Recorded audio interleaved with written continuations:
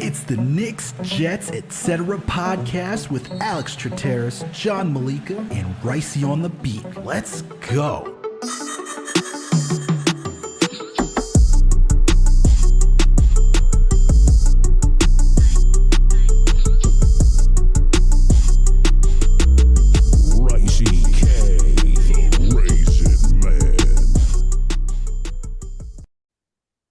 What's good, everyone? Alex Trataros here with another Knicks episode of the Knicks, Jets, etc. podcast. And with me, as always, my buddy, my close pal, the man, the plan, the one and only, John Meleka. Back from my vacation in Jamaica. Got to talk about the Jets earlier this week and how they disappointed me. But the New York Knicks, while I was gone, apparently disappointed everybody else. But when I came back, seems like I haven't missed a beat, except for the one Toronto Raptors loss. I will not take any blame for any losses while I was gone, but I will gladly take the praise for all the success while I've been back. Since Christmas? All right. So you're good from New Year's Eve on, but Yes. but you're not taking anything since Christmas. Typical. But yeah, man, since you've been gone, I had to get on solo here, let out some feelings and some thoughts, because after that Dallas game, I don't know. I needed post game therapy. I needed to be alone. I don't know what I needed, but I needed everything. I mean, I was at the Christmas game. I didn't expect to win, but we had a chance in that Christmas game. It was unfortunate that we lost. It was definitely a good show. And Randle was just unbelievable, and Mitch Robinson really held his own. But then that Dallas game, I feel like I can't remember anything before that Dallas game, just in my Knicks memory, because of how excruciating that was, man. What are your thoughts on the that first game or the second game? Dude, that Dallas game really is like, When you say that, it could be either game, in all honesty. Oh man, but yeah, when I came back, I watched all the games. I rewatched all of them. Caught up to everything. Tapped into the fan base. Got a little taste of their reaction throughout that whole 5-game skid. And to be honest, this is who the Knicks are, man. But I was just on above SNY. 500 team. I'll take it. It's above a 500 team, but I was on SNY with Dexter Henry. Shout out to our guy. And he asked me about the skid, and this is the day of New Year's Eve when the Knicks were playing the Rockets. And he asked me, what were the Knicks' struggles? And it's a multitude of things, as I said. It's you lost Grimes. It's based on injuries. It's based on coaching decisions. It's also based on players not being able to execute. And you look at throughout that entire stretch, whether it's Tibbs during that Mavs game, hey, man, give it, no one should be playing 50 minutes. Nobody, maybe you throw Evan Fournier in there, Cam Reddish, somebody give a rest, something. Or just look with your eyes. Forget even the number. Maybe if you didn't realize it's 51, McBride hit the 5 out of 6 free throws. That was spectacular. But dude, he couldn't move. I don't understand. And then he had that ridiculous turnover because he's so tired. He literally I never related to an NBA player more in my life. That's me. At the gym when I'm getting after mad walking tired. playing hoops. Yeah, and I just do I'm tired and I just really want to score and end this game and do a crossover into the paint, just some stupid turnover. That's that's what McBride was doing because he was so tired, man. Yeah, so you have that. Then you have Grimes missing the Raptors game, coming back for Bulls, and he wasn't really in it. But during the Raptors and Bulls games, we're talking about late game execution by your players. And then Nick Nurse owns us. That too. And then you also talk about missing players like Brunson and RJ for that stretch, right? And that was difficult, especially in that Spurs game. You saw it. And even you just look at all these other games, man, and it's all those things factored into that week. So with me, I don't get it. Stinks. We should have beaten the Mavs. We should have beaten Philly. We should have beaten Chicago. Those are games that the Knicks could have easily won.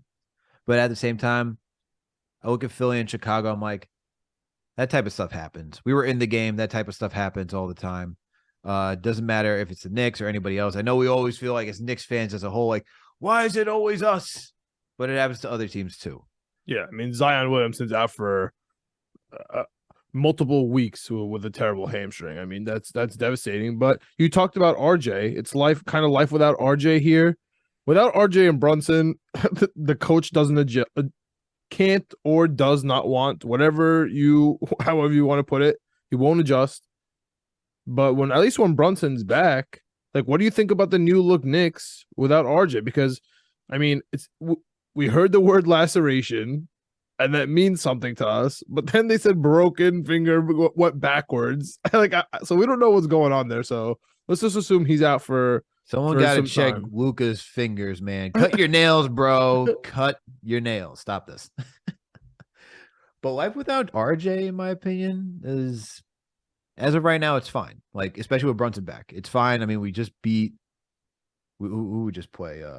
The Suns. We just defeated the Suns. I mean, the Suns are barely a real team right now, especially. Yeah, they don't have Devin Booker, so it's even Shamet couldn't light us up. Honestly, if Shamet can't light us up in the Garden, I mean, you're a bad team. He owns us for the most part. He's one of those players. I feel you, but the thing is that even that it was an even team and we still handled business. We got to see when teams are fully healthy. The Suns didn't have Devin Booker and Cam Johnson. Yeah, we didn't have RJ, but I want to see what this team looks like against a fully healthy team without RJ. So the Spurs isn't really going to be a good test either. We should be able to beat them. We better beat them. We better split that. They want to beat. We want to split the home and home with the Spurs. No problem. If it's Toronto, though, that will probably be a better indicator of going up north, how the Knicks fare without RJ Barrett if he's not back by then. What do you think? How do you feel about life without RJ? It's as of right now, it's like, all right, we're just missing a player.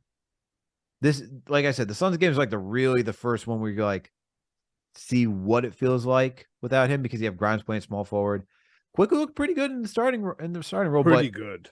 Yeah. Quickly looks amazing. But let's hear your thoughts on life without RJ. So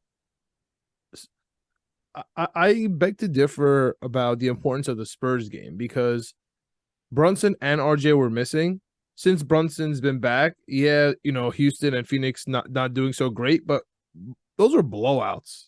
You know what I mean? He wasn't back for Houston. He was only back for the Suns. Oh, okay. He wasn't back for Houston. Right. He only came after that. That was his first game back the new year. He didn't play on. Oh, that is correct. Yep, that's right. That was all Julius Randle and Manuel quickly against the Houston. That was Rockets. quickly. Right. That's my fault. All right. So I'm curious as to how he looks versus San Antonio.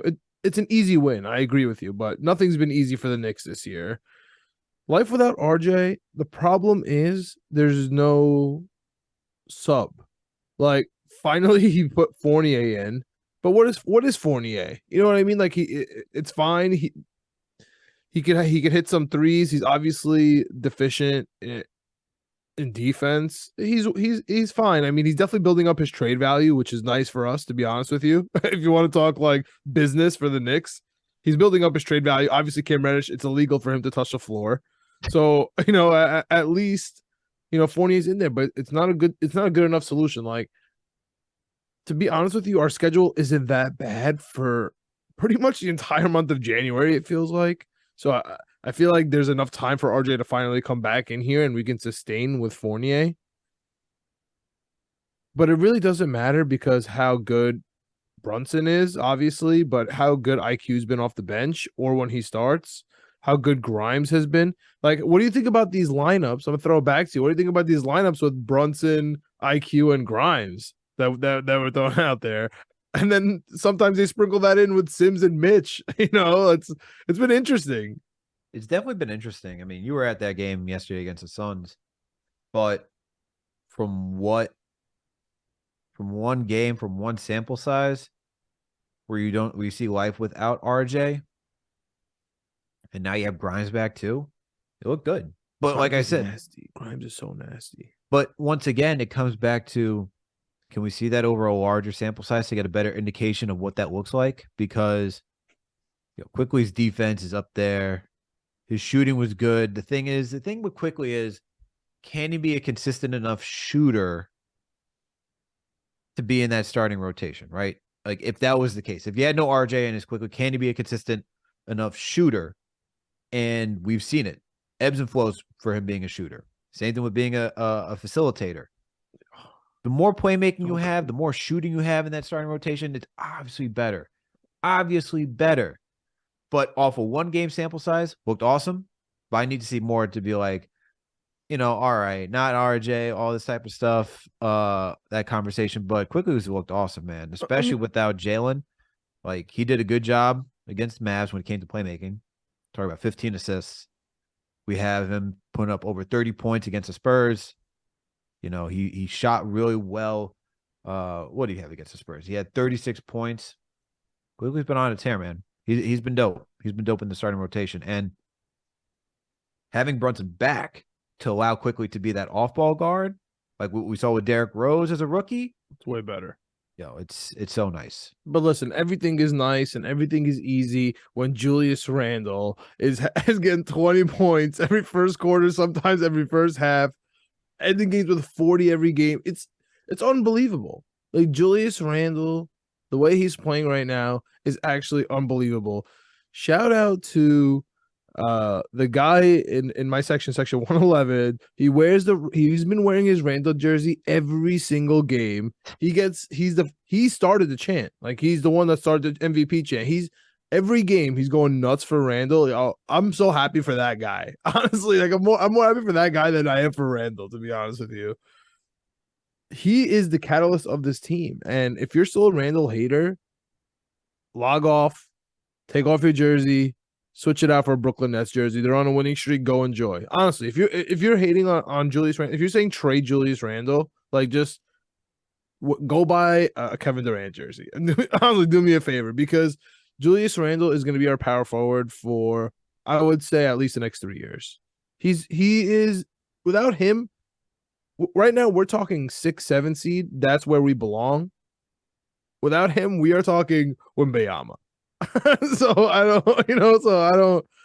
don't know what the issue is. We could be talking Wembanyama without Jalen Brunson too, in all honesty. So you need both of them. I mean, you saw life without Brunson was not pretty, dude. It was not pretty. Okay, no playmaking. You saw when Brunson came back, his ability to get into the teeth of the defense, find his teammates, easily got 6 points and 24 points, and 6 assists and 24 points. And you got to wonder, like, how you don't even got to wonder. You just see how important he is. There's a reason why the Knicks were able to stomp out the Suns yesterday and hold them to 83 points. Like Brunson being back makes life a lot easier for Randle to focus on what he does best, which is being a scorer. And the other thing is that he's playing defense, man. And like, shout out to Randle playing. How can you not play defense when you're going 28, 16, and 6, dude? Like, you know what I'm saying? Like, you better be playing, he's hype, man. He's playing very well, man. Like, you can't knock what Randle has been doing this season. I even wrote about it for KnicksFanTV.com. The interesting part is that his shot diet has really changed, where he's close to 50-50 when it comes to shooting from behind the arc, man. He's shooting about 43%, 45%. Like, that's just 3-pointers. 45% of his shots he's taking is 3-pointers, and he's doing a damn good job of that. Look, Julius Randle on the season is averaging 24 points. He's getting you about 10 rebounds, close to 4 assists.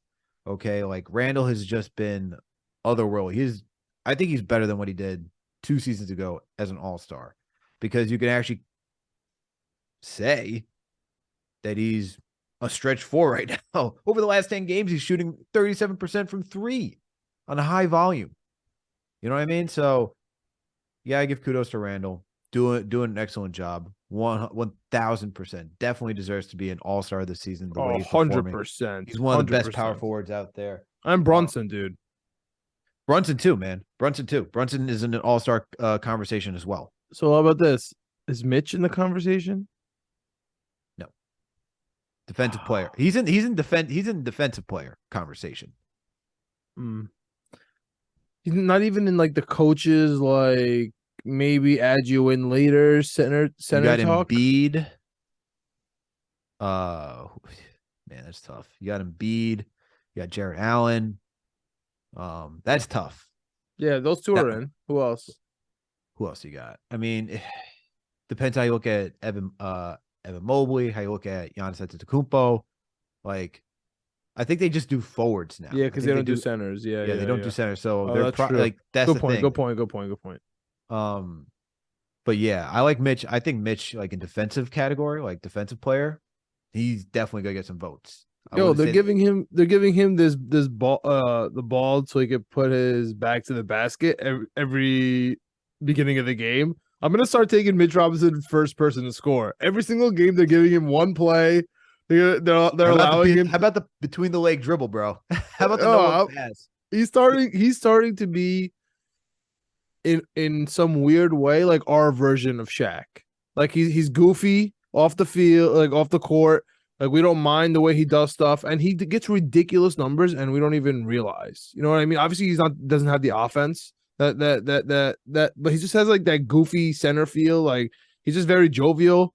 And what you want, he's what you wanted all along, John. Another Tyson Chandler. It's perfect. It's perfect. He does everything I need, dude. The blocks he gets. The thing is, he falls so hard. Every time he falls to the ground, like he had a couple falls in this last week stretch, where he gets up limping, you know, the way he does, like he just like waddles back, and I just get so nervous. Yo, he's been playing. Yo, his defense is on another level. He's so disciplined too, man. He's been so disciplined, not getting foul trouble. He's gonna get some votes for defensive player of the year, I would think, but I think that what we got to check out is defensive teams. That's where he's gonna definitely. I'm down for Mitch to be on the defensive That's where I team. think he's gonna actually get recognition is on defensive team. He definitely should be. I think there's. Is it 2 or 3 teams? There's 3 teams. I feel like you should. I believe there's 3. Could we, speaking of the center though, could we make it illegal, make it absolutely illegal to sub in Hartenstein for Mitch Robinson ever again? Like it's not allowed. Like, you know what I mean? Like just like ban the sub. I've been saying trade him. Listen, he doesn't fit. We can't trade him yet because we don't have a backup power forward. Until Obi comes back, which brings up the news today that he's doubtful for the Spurs, which is great news. I've never been so happy to see a doubtful in my life. You know what I mean? It's positive. He's been out for a while. If Obi comes back and back to like full Obi minutes, we got to trade Hart because Hart can't go in for Sims, and it's a travesty for him to go in before Obi if Obi's healthy. It's just he just doesn't fit what we're doing, man. He really just doesn't fit what the Knicks are trying to do. He doesn't give you that same defensive intensity. He's not the rim protector. He's got floaters though. He's got floaters. I mean, that's cool, but you know, we don't even really use him on offensive like that. On offense, I mean like that. So we don't have an offense. That's why. We just say, yo, you Randle, you do it. Okay, yo, Brunson, you figure it out. All right. It's funny, right? It's like the Knicks don't really have that traditional offense, but for some reason they've been still good at when it comes to the scoring. So do what you keep doing, and I don't know how it works. Like they're 16th right now. They're hovering around middle of the NBA. They've been getting rebounds. Yep. They've been getting second chance points. They've been moving in transition. And they've been playing solid defense. And when you force bad shots and you get a rebound, that's a turnover. And they move the ball when you have a point guard. When you don't have a point guard, you see we're stagnant, even when it was IQ. Also, IQ didn't help himself in that game, just shooting very poorly. You know what I mean? Without Brunson, it didn't help. So I'm sure if he has more of those games, he'd be able to kind of correct it. You know what I mean? Without Brunson. But either way, man, I'm excited about this Knicks team. Listen, up until, let's say for the next 12 games, we're versing sloppy Eastern Conference teams. Besides the Spurs, we got Toronto, and then obviously Milwaukee, and then Indiana, Washington, Detroit, Toronto, yikes, Washington, Atlanta, Toronto again, yikes. I mean, those, besides the 3 Toronto losses that look like they're looming in here, and the Milwaukee game that looks tough, that's a solid 12-game stretch here. And I don't know if RJ is going to be back. So my question to you, how do you think the Knicks are going to fare here, man? Are the Knicks contenders or pretenders at this current record? Because in the next 12 games, it might even out. You know, I guess that's a choice. But I feel like we could hit a hot streak coming up here. You're gonna need to hit that hot streak with RJ back. You think we can't do it until he comes back? It might be like a month, dude. I'm nervous about it. There's been no updates. You still like. The thing is that unless you think Grimes can be that potent on offense, which, that Mavericks game, I'm gonna tell you this right now. Allen Houston light. No, not even Allen Houston. I'm not gonna go there, but there's definitely something there, man. There's like, I feel like there's all-star potential in Quentin Grimes. I think year 4 is what we're gonna really see Quentin Grimes, because he was like last season, we're like, all right, this guy's a rookie. He's contributing, put up 30, it was like 27, 30 some odd points against the Bucks. Now that he's back, you see how efficient he is on offense. Like it is now that he's gotten some games under his belt, he's efficient on offense, a playmaker. He had 5 assists against the Suns, man. Like we're not even talking about his playmaking that is advanced, but yet basic at the same time, if that makes sense. It's basic because it's the same, for the most part, it's how he's been getting most of his assists, with those like dump off passes in the paint to the center for them to get easy dunks. But it's advanced because not a lot of guys can make that quick read and like getting the opponent like to lock in at such a late time and then finding that guy, whether it's passing behind the back of the center or just quickly dishing it to the side, the no looks. It's pretty advanced stuff that he's doing for a year 2 player. So I'm very high on Quentin Grimes, man, for what he can do. Hell yeah. I think, and with that, without RJ, if he can show that he could be a solid third option on this team, then the Knicks could hit a streak. But he would need to be given that freedom from Tom Thibodeau to be doing step backs. We saw some step back threes, but he needs a little more freedom to learn to from Fournier in practice, huh? It was way better than Fournier's.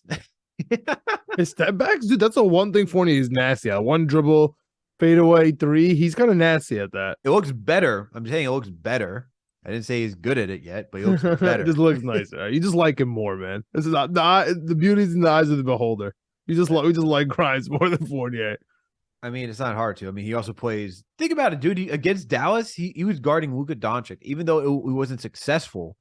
I don't think anyone guarded Luka. No. But I'm just saying, like, he played hard-nosed defense all those minutes and still had 30 points, 30-plus points. You know what I mean? Like, yeah. That we cannot overlook.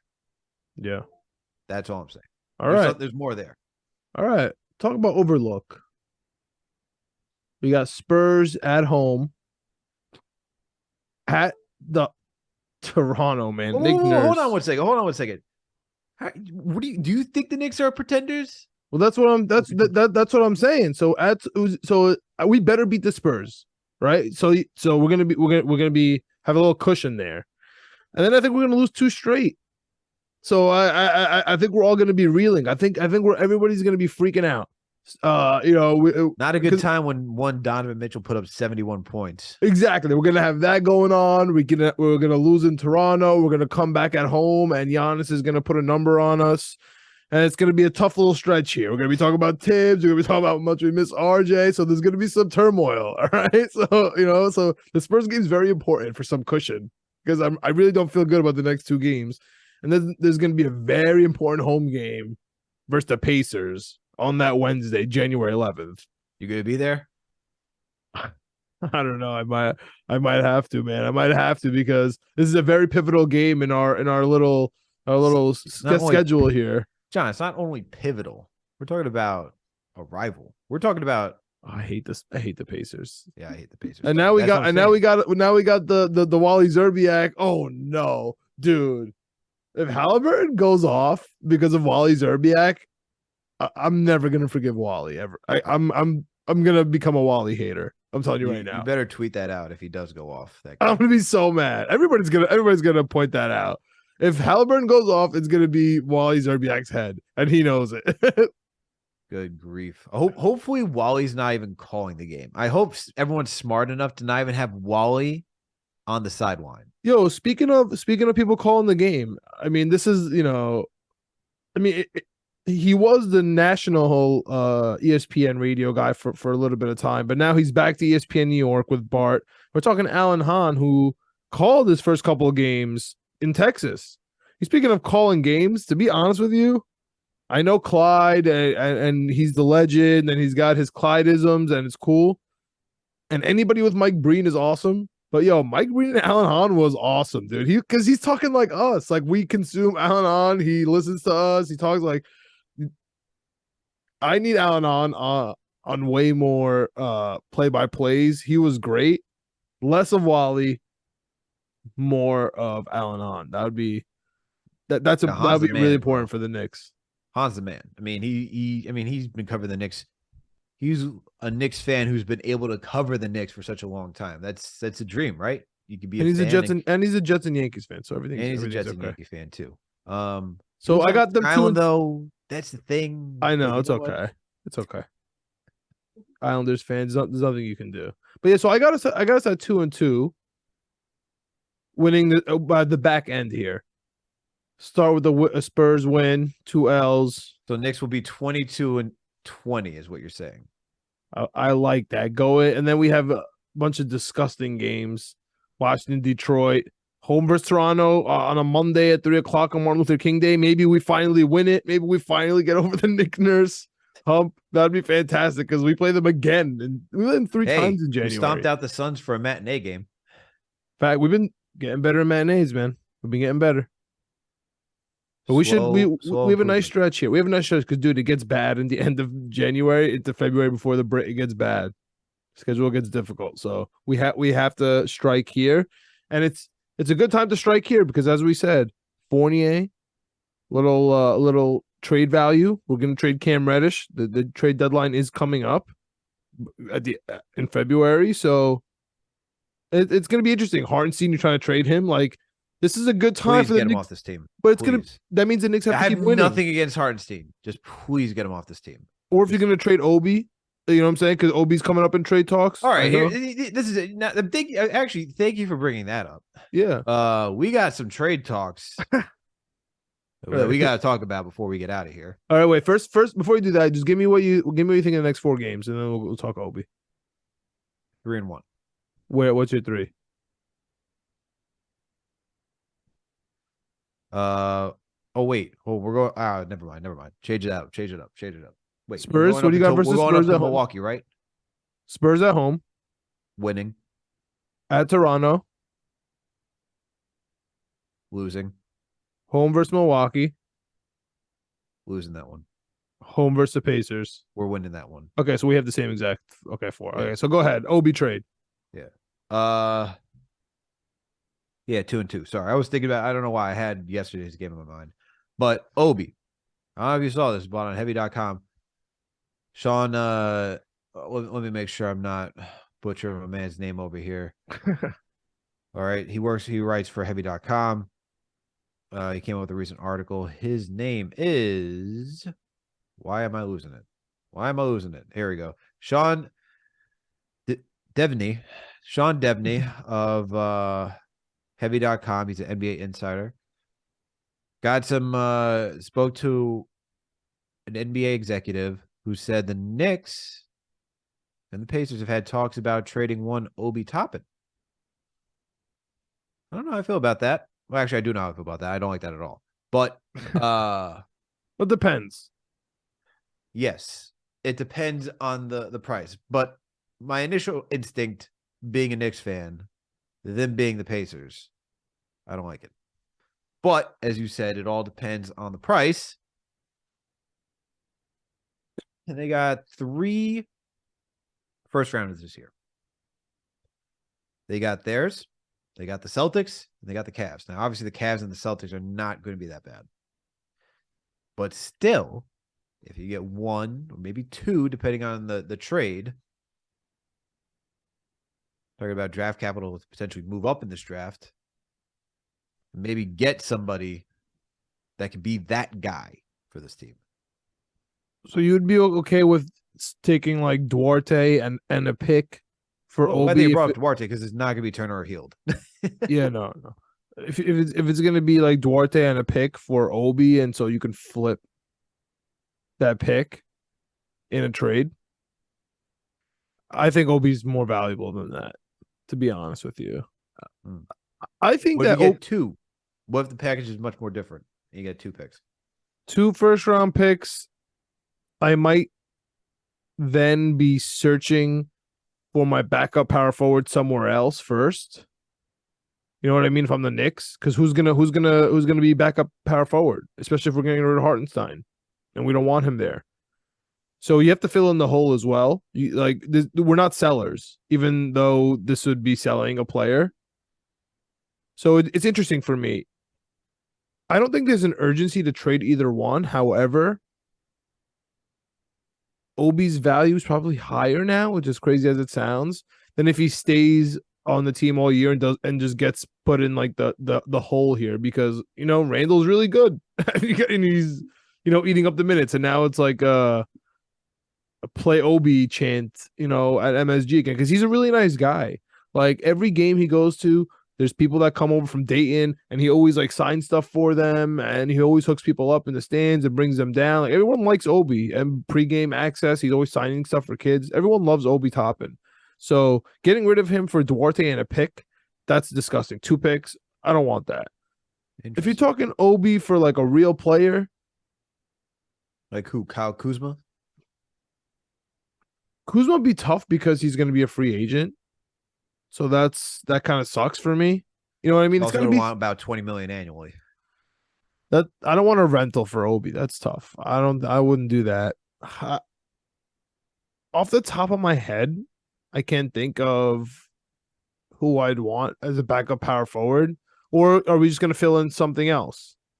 Well, here's the thing, right? Is that if you keep Obi, you got then this is going to be his peak, honestly, of like potential value, because you have 1 more year to have him under contract on a rookie contract.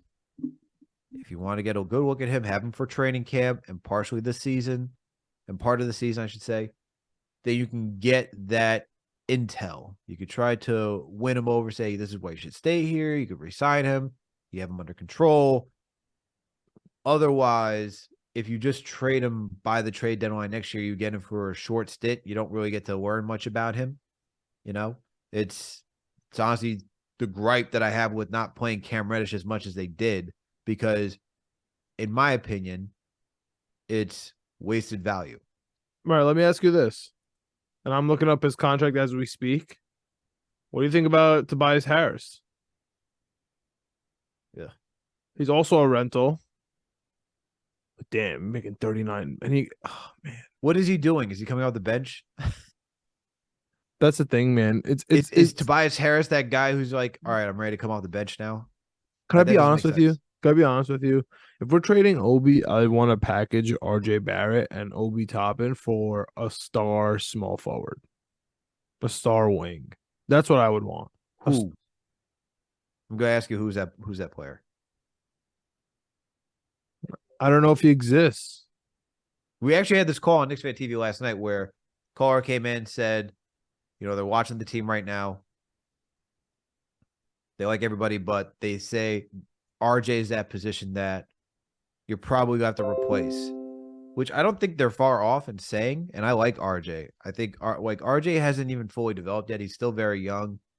But when you're a team, you're not afforded that chance to get to the prime and then see what they are and then be like, all right, we don't want this guy anymore, and then move him off and then deal with whatever the value is, right? You're not usually afforded that opportunity. So with that in mind, do you see him like, for RJ, who do you, if you want to do that, if you want to upgrade the wing, do you make that decision of like, all right, who are the wings out there? Do you make that trade of like, all right, we're gonna give up a couple picks, trade Obi, RJ, but you're not gonna trade RJ this season because you can't hit the poison pill. Yeah, exactly. So what team is going to do that? So then you can't trade Obi. Then you keep him. It's not time to trade Obi. Then we keep him. We have to keep him the whole year. To be honest with you, because that's where, like, for example, after this season, I know we're talking a little fantasy here, but after this season, if the Suns continue what the Suns are doing, changing ownership, playing terribly, stuck with DeAndre Ayton, Chris Paul doing okay, but he's old. I think the Suns would pick up the phone if we said, Devin Booker for RJ Barrett, Obi Toppin, and a couple picks. I think they'd be stupid not to do that trade, honestly, if I'm the Suns. And there might be a couple situations like that. He's just extended for a long time, so they don't have anything. I would say that's more likely once Chris Paul is done, in my opinion.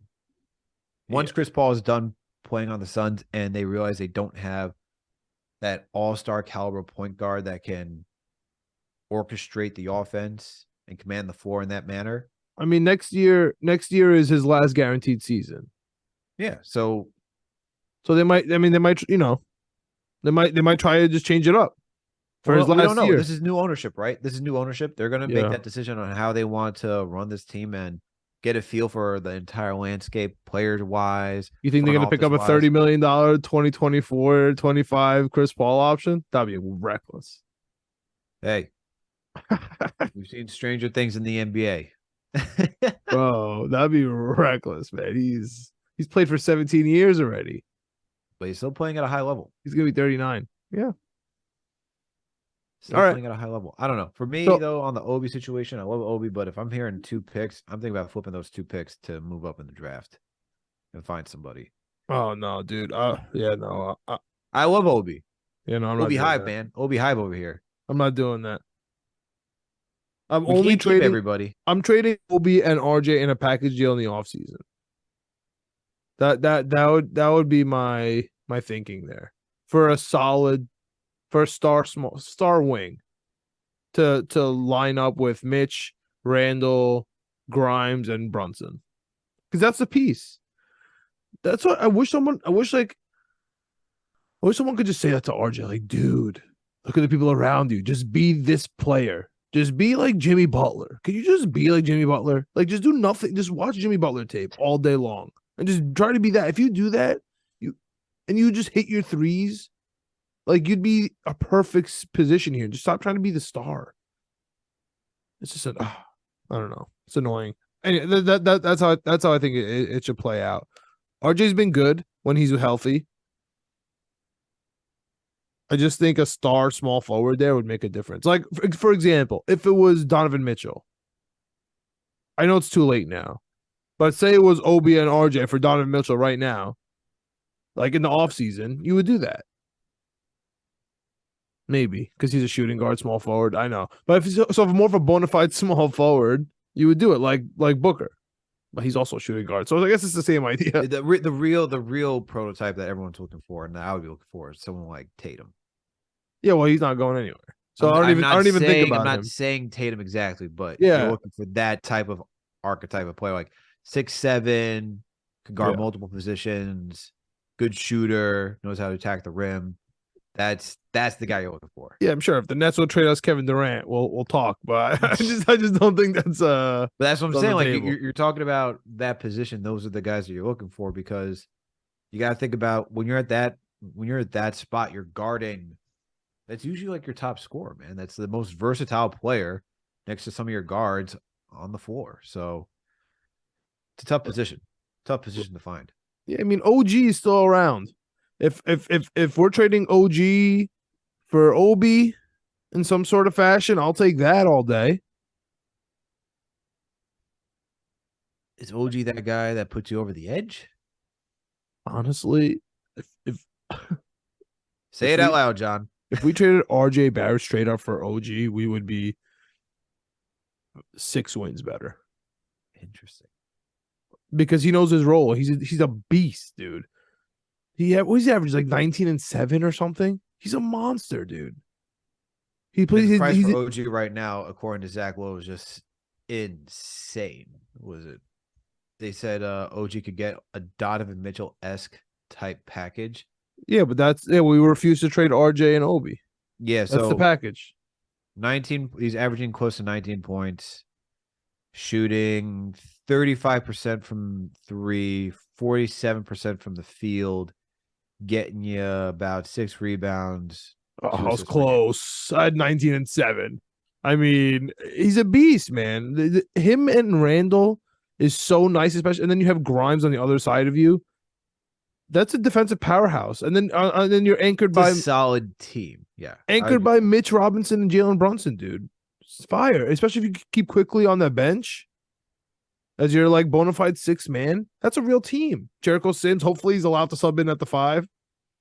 I mean, it's a real squad.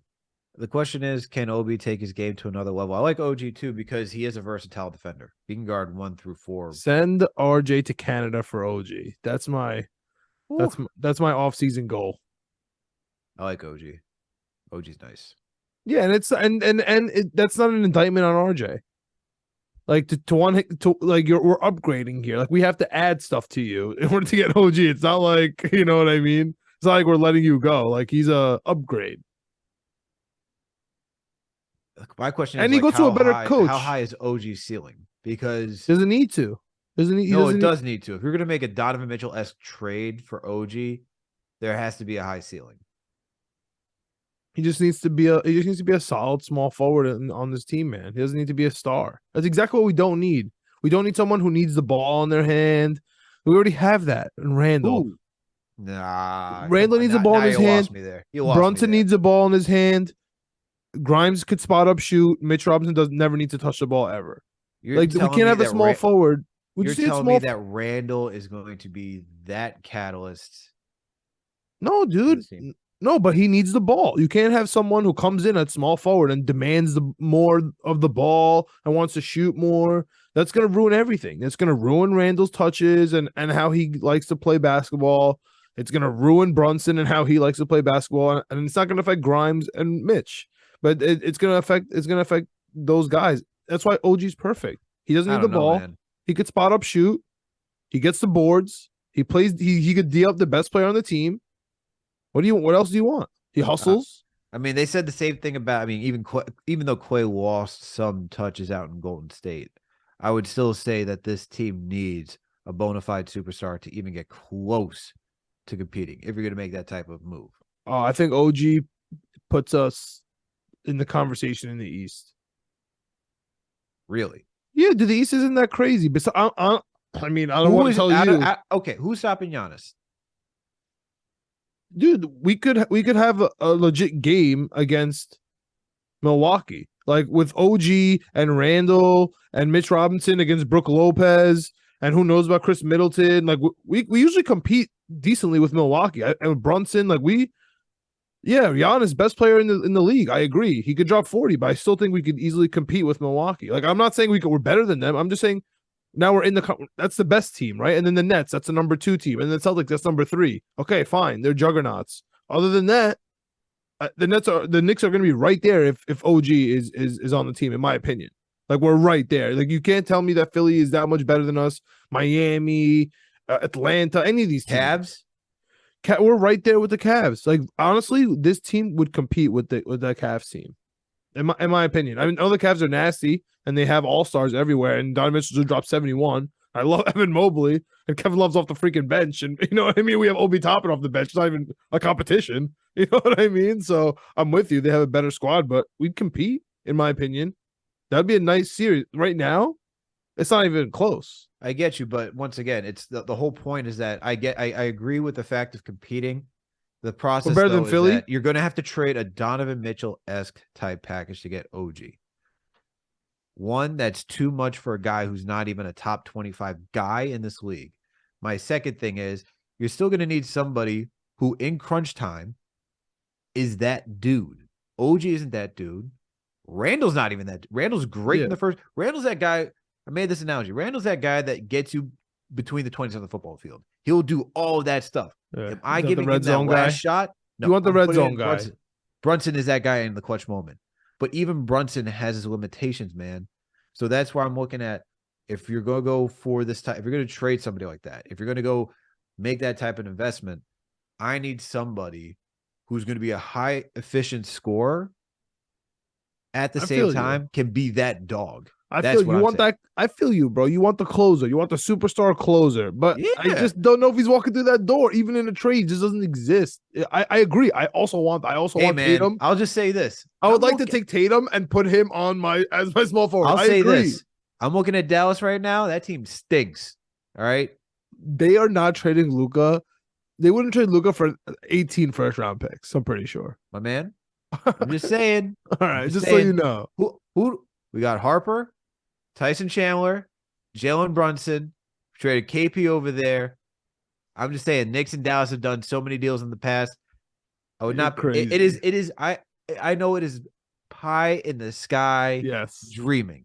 I hear you 1000%. Video producer Greg, we have a new crazy person. But I will say this. Crazier things have happened.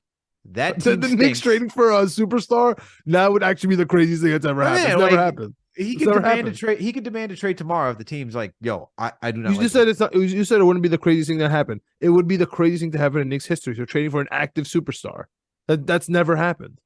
Hey, different management. Okay, I'm just letting you know it would be the craziest thing that's ever happened in Knicks history. We only sign players to max contracts when they're injured and over the hump, or trade for superstars and get fleeced on trades when they're all too old. Like Julius Randle, right?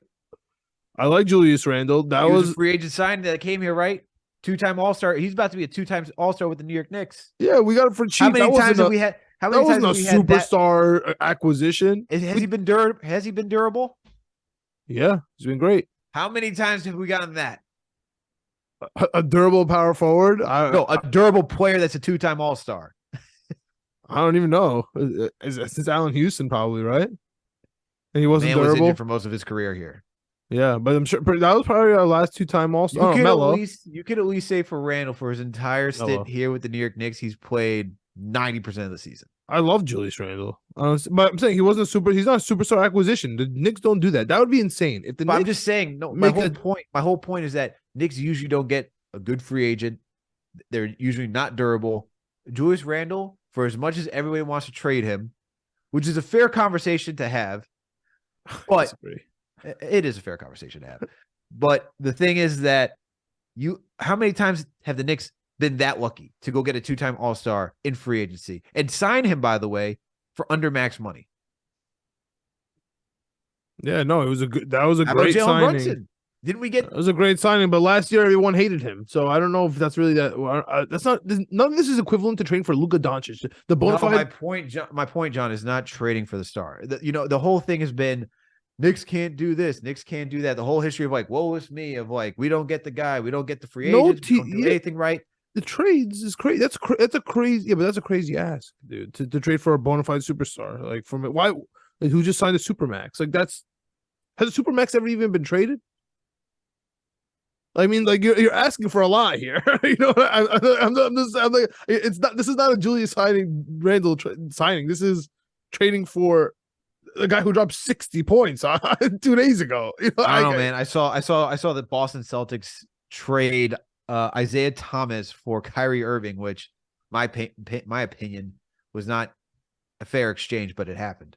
Yeah, but what he forced a trade, and you're saying that's the same? He didn't have a supermax. All right, yeah. I mean, we'll talk. I would love if Luka Doncic came to the Knicks.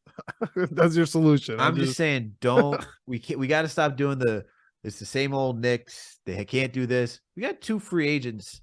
All right. Once again, regardless of how you feel, you got 2 free agents that are playing All-Star caliber level. Yeah, I mean, I can't believe that you're hyped about Julius Randle like this. What a turn. I mean, just from a month ago. Now he's playing basketball the way I've wanted him to play basketball. All right. If he continues to do this, I'll be a happy person. If he goes back to doing the old ways, just getting numbers and all that, I'm not gonna. Then he's a bad signing. No, I mean, Brunson, you could say, but we also tampered for that. I mean, it is the same old Knicks, man. There's tampering all around the league, man. There ain't no Bulls tampered, Miami tampered. Come on, man. It all happens. Tampering, the tampering rule is such a BS code that they have. It's nonsense. These guys aren't even talking during regular season. Yo, man, That'd be pretty dope. I'm just saying everything we do. There's an issue. We can't there's always a bump in the road, like for the Knicks. Like even yeah, I'm the only thing that's been good so far, and knock on wood, has been the Brunson signing. And second tier, I'll go with the Mitch. I think those so far have gone, the Mitch extension have gone really like clear. Obviously, the draft of IQ and Grimes have been immaculate as well. How many times can we say that? Knicks usually flop on a draft. I mean, say what you want about RJ, but Hey, he's not a flop, bro. Come on now. You think RJ's a flop? I don't think he's a flop, but would you rather have any of the guys around him instead? I don't know. Would you rather have Jalen Brunson? Would you have Darius Garland? Brunson all day. Okay. Would you rather? I mean, I would love John Morant. Yeah. We weren't going to be able to We draft him. can't. We weren't in the position to draft Yeah, I know. Zion either. Yeah, I know. So the guys after that, who are you looking at besides Garland? I mean, there's a couple of guys who went in the RJ Barrett draft. I mean, obviously, if you want to do the redraft right now, Let's I'm do it. down. I'm down Let's to do the redraft. Let's pull it up. This is a very interesting pod. Well, it just got off the rails. I mean, you did this whole like Knicks. Well, like we can do it. Anything's possible, and then you say we're gonna trade for the best player in the league. I mean, that just can't be anywhere in our brain set. Like that's a problem where we value players too much. Like, yeah, let me trade Obi Toppin and this and some picks for Luka Doncic. Like, no, like we can get OG maybe if we like kind of overpay for him. Like that's where it's really at. And and now we're hyped about the fact that we signed Randle. Where like a month and a half ago, I would get crucified every time I would say his name in a positive manner. now we're getting hyped about it. It's interesting. So around him, oh God, oh wow, they're all so bad. Okay, so this is a bad draft class. That's what I'm saying, man. Like everyone's like, well, it's just it's just really Cam Johnson, but that's whatever. I think I'd probably rather have RJ. So yeah, like I'm saying, Darius Garland. That's the only other guy I'll actually take on that list. Like, No, don't tell me like it's not Cam, it's not Rui, it's not Jackson Hayes, it's not Kobe White. All right, your boy Tyler Herro. It's not Jarrett Culver. It's not PJ Washington. It's not Tyler Hero. It's not Romeo Langford. Jordan Poole, maybe, but that was 28th. He wasn't the third pick. Maybe I like Jordan Poole, but honestly, Bobo, I'll take him. I'll take him third. Let's play. I just love him so much. I am pissed that we missed on Bobo by 3 picks. Now that I'm looking at it, I'm still mad about it. We picked up Iggy. Yep. All right, yeah, this is a terrible draft. I stand corrected there. I wouldn't want anyone else in that draft. I was talking about the draft, the Kevin Knox draft, obviously. That draft, we should have taken Shai Gilgeous-Alexander. Yeah, we took it to anybody. Literally anyone. Okay, yeah, so maybe not for the RJ, but yeah, I don't know how we got here, but I would trade for OG, no problem. Everything else, if we could maybe somehow get our hands on Devin Booker at the end of the year, I'll do that. Otherwise, I don't want DeMar DeRozan. I don't want Zach LaVine. I don't want Karl-Anthony Towns. I don't want any of these guys that are rumored to be on the trade block. That are Luka. I don't think he's on the trade block. If he is, trade block. If he is, I'll trade the whole team. I will trade the whole team. I will trade, and I will give up anything you want. I'll trade the Jets. Give him Sauce Gardner. I'll give the Cowboys Sauce Gardner for Luka Doncic. I don't know if Greg's happy about that, but hey. I would literally do that trade. I'm just saying, like, I'm not saying it's going to happen. There's a very small probability of that even being a realistic option. All I'm saying is that this front office, and I've been down on this front office, okay, especially after this past offseason for how they handled business. They're even keeled right now. They're somewhere in the middle. Don't count it out. That's all I'm saying. So you don't want to trade at this deadline. That's what we got here. That's the conclusion of this. If we do a trade that's around the edges, fine. if we're getting draft capital to move up in the draft, fine. If you're telling me we're going to get that bona fide dude on this team, fine. But we're just going to be trading draft picks to go get like a lot of draft picks, a lot of young guys to go get OG Anunoby. I'd be more hyped if you told me like OG's worth like 2 draft picks and whatever players. Not Donovan Mitchell, 3 first rounders, unprotected picks, 3 pick swaps. Get out of here. I'm not doing that. But no, I wouldn't do that either. But I would do RJ, Obi, and a pick. But that's not what they want. You know what I mean that's a Mitchell trade. That's a Mitchell trade. They wanted the problem was RJ and a couple picks, right? And it was or no RJ and a lot of picks. Like wasn't that how it got reported? Came down to like RJ, I think quickly. Yeah. 3 fully unprotected firsts. Oh, 3 plus those guys. Oh, I thought it was way less. Nope. With RJ involved. Yeah. Nope. No, it was 3. Yeah, well, they're aiming for the sky out there in Toronto. They're gonna bring their boy home. Hashtag bring RJ home.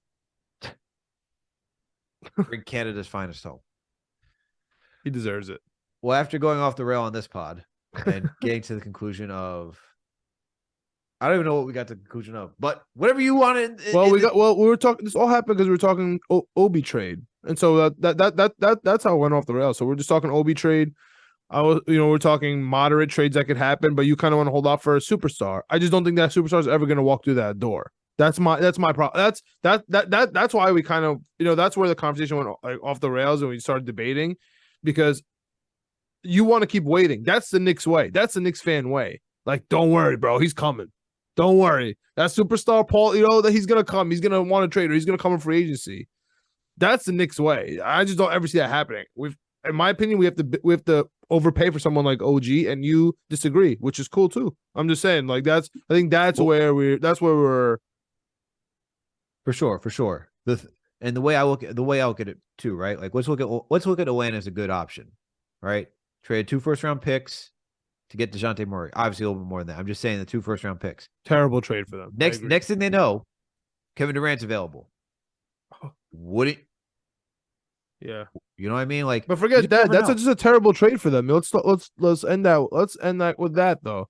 They traded a couple picks for that bona fide star. But that's how I feel about OG. Okay, fair. That's how I feel about OG. You're giving up so much for a level of play you'll be competitive, but it's not like if I'm trading that much in assets, we really got to go over the top. That's and fair. I'd rather do that to move up in the draft, this year's draft. Find that dude around the edges because someone always drops, right? Mm-hmm. Mitchell, Booker, 13th round picks. Giannis Antetokounmpo, 15th pick, not rounds, like 13th picks for Mitchell. Yeah, what now, Tom Brady? Giannis, 15th round, bro. 15th round in the NBA. They're all there. Like finding a Jokic like in that late, that's very rare. But I'm just saying, like, if you even around there, Shai Gilgeous-Alexander was another guy that you found around those edges. Like, just I get what you're saying. You'd rather keep the picks than spend on someone like OG. I got you. You don't think I can take you over the top? I'm with you. All right. After that fun debate, let us know if you want. What if you would want to trade Obi? If you would trade RJ, and who and what would you trade them for, realistically and unrealistically? Yeah, let us know the unrealistic options. I want to hear like all the crazy options. I want to see a bunch of like. I want to see how many people want KD on this team. Because that's my unrealistic option. If you want to tell me be crazy, do you have one fantasy trade? I'm trading RJ, Obi, and however many picks you want for KD. All of them. Imagine picks till eternity. I'm just imagine Luka came to the Knicks and Brunson's like, yo, man, like I want to be my own dude, man. Like, what are we doing here? No, it's okay. Now he established dominance here. Like, are you gonna come? Now it's my team. I'm the captain of this ship. Do you think that we're ever gonna one day have a statue of a player? The odds are out there. I don't think so, man. I don't think they'll ever do it. In New York City, just put up a statue of a random player. Even if he wins a championship, I don't think they'll ever Patrick do it. Ewing didn't even get a statue. Well, he didn't win a chip. People joke like saying there would be a statue outside if you just get to the Eastern Conference Finals. So, But I know that's like a joke. But we're talking Dallas, talking Dirk. I think Luka's gonna get a statue in Dallas. To be honest with you, I don't think the Knicks would ever do that, right? Even if someone wanted to chip, like even if Melo came on a chip with us, he wouldn't get a statue. He just get standing ovation. nah, Mel won the chip. He would get a statue. You think Dolan would have created a statue of Carmelo 1000%. Anthony outside his garden? Yes. Okay, fair enough. And on that note, thank you all for tuning in for the next episode of the Knicks, Jets, etc. podcast. You all know what to do. Please make sure to subscribe. We're on all audio listening platforms. We're on Apple, Spotify, Google Play, Amazon, Alexa, Stitcher, you name it. We are there. If you listen to us on Apple or Spotify, please make sure to give us that 5-star rating. And if you listen to us on Apple, please make sure to leave a review or comment. We're also partnered with Fanside and Minute Media, so you can find this podcast on the Daily Knicks or the Jet Press. We also got that YouTube page. Knicks coming, Jets coming, ETC, period, no one writes out, etc. That shit's wild. Find the page, subscribe, hit that notification bell. That way you know when a new episode drops. When we watch a video, leave a comment, add to the conversation. We already told you what to add to the conversation. Let us know your craziest trades. Let us know if you think someone would build a statue. Let us know if you think James Dolan would build a statue of Carmelo Anthony if he won a championship here in New York. We need answers to that. We need answers. I need to know if I have something to look forward to. Is it ever going to happen? Can it happen? Yes, it will happen. Also, while you're over at that YouTube channel, we got another podcast, Winning Picks Weekly. John, video producer Greg, and our guy and co-host Jim Murphy. These guys go through every single sport possible. College football is over. NFL playoffs are. I mean, we have one more game, but it can't top that semifinal. One more game. Can't top the semifinal, as John says. But hey, if you like putting money down the line because you have sports betting, these guys got you covered. Also, last and certainly not least, please make sure to follow us on all social media platforms. We're on Facebook, Twitter, Instagram, TikTok, you name it.